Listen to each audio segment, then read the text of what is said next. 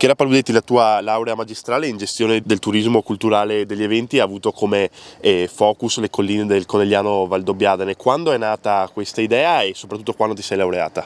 Io mi sono laureata il 7 luglio 2022, quindi a 3 anni dal riconoscimento UNESCO per le colline del Prosecco all'Università degli Studi di Udine. L'idea di questa tesi è nata comprendendo e valutando l'importanza che il ruolo dell'UNESCO ha a livello internazionale e l'importanza delle colline del Prosecco e appunto tutti i benefici che questo riconoscimento può portare per il territorio. Quali sono stati i punti che nella tua tesi hai voluto toccare e hai voluto approfondire? Allora, l'analisi del lavoro è stato duplice. Da un lato c'è stata appunto l'analisi della letteratura riguardante i costi e i benefici che l'iscrizione alla lista UNESCO può avere per i siti inseriti, dopo ovviamente l'inserimento nella lista.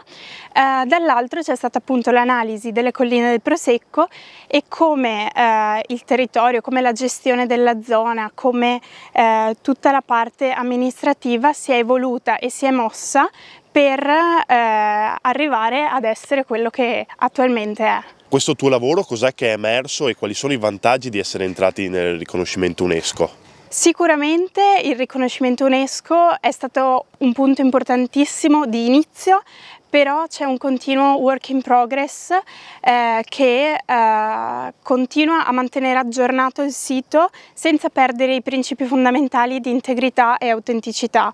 Quindi sicuramente c'è stato un risvolto importante anche a livello proprio turistico e economico, a parte ovviamente la pandemia che ha caratterizzato questi anni purtroppo, quindi sicuramente c'è stato un impatto positivo anche per quanto riguarda i mass media.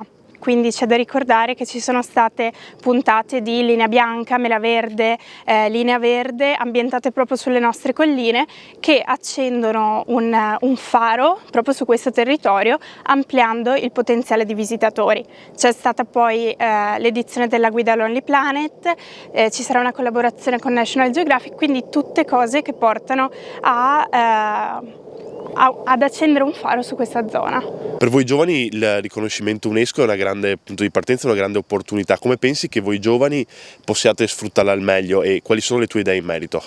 Parlo per quello che penso io penso che appunto sia un riconoscimento importantissimo e sia importante da sfruttare in ottica appunto del lavoro giovanile, nel senso che secondo me anche per tutto ciò che riguarda i media digitali, proprio il digitale, c'è un gran lavoro da fare che si sta facendo e proprio che potrebbe essere di spunto per i giovani che vogliono lavorare in questo territorio. Quali sono le tue ambizioni professionali e queste vogliono rimanere in questa zona? Io adesso mi sono laureata in gestione del turismo culturale, di conseguenza la mia idea è quella di lavorare appunto nel settore turistico e ricettivo della zona. L'idea principale è quella di iniziare un master in economia del turismo sotto Ca' Foscari a Treviso e sperando poi che questa ulteriore specializzazione possa dare dei frutti per rimanere comunque in questo territorio che per me è meraviglioso e dal quale bisogna cogliere tutti gli aspetti positivi e rilevanti.